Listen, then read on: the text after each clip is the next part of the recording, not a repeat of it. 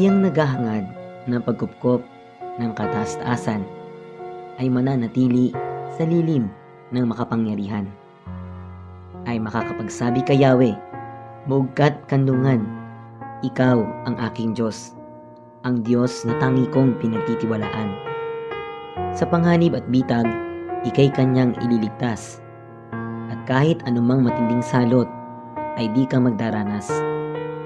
Lulukuban ka niya sa lilim ng kanyang malapad na pakpak, at sa kalinga niya ay palagi kang ngang nakakatiyak. Iingatan niya at ipagsasanggalang, pagkat siya ay matapat. Pagsapit ng gabi, di ka matatakot sa anumang bagay, maging sa gagawing biglaang paglusob ng mga kaaway, ni sa ano pamang darating na salot pagkagat ng dilim. Sa pagpuksay wala kang takot, sa araw man dumating